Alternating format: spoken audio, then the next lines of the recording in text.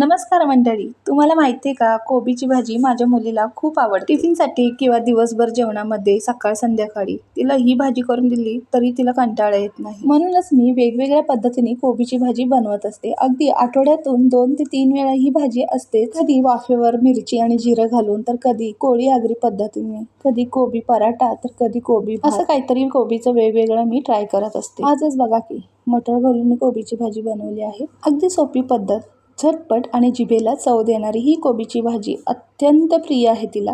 आणि सकाळच्या घाई गडबडीत टिफिनसाठी ही पटकन होते. तिला सगळ्याच भाज्या अत्यंत प्रिय आहेत बरं का, कारण मुलांना आपण सवय लावू तशी. आताच्या या पिझ्झा बर्गरच्या दुनियेत महाराष्ट्रीयन जेवण पोरं विसरून गेलेली आहेत. महाराष्ट्रीयन जेवणाची ओळख मात्र आपणच द्यायला हवी ना. आपल्या महाराष्ट्रीयन, मराठमोळा आणि पारंपरिक पद्धतीने केलेल्या भाज्या किंवा इतर पदार्थ त्यांना खायला द्यायलाच हवेत आणि त्याची ओळख करून द्यायलाही नक्कीच विसरू नका.